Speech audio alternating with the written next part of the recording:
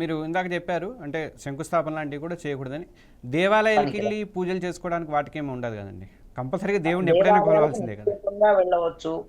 అందున విష్ణుమూర్తి పూజలు విశేషంగా చేయవచ్చు. ఈ అధిక మాసం అధిక ఫలితం అన్నారు.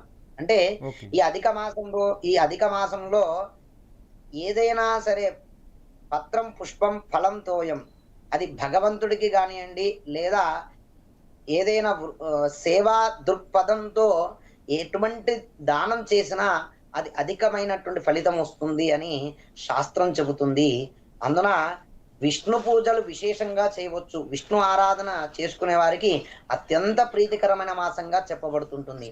మనకు కొన్ని సందర్భాల్లో చూస్తే గతంలో తిరుపతిలో వెంకటేశ్వర స్వామి వారికి అధిక శ్రావణ మాసం వచ్చినప్పుడు 2 సార్లు బ్రహ్మోత్సవాలు జరిపారు.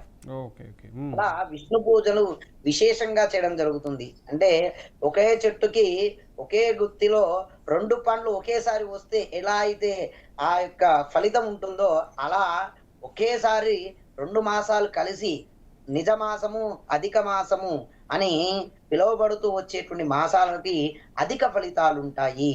అందున అధిక మాసం వచ్చినప్పుడు ఆ పూజలు చేయడం అనేటువంటిది విష్ణుమూర్తికి అత్యంత ప్రీతికరమైనటువంటిది.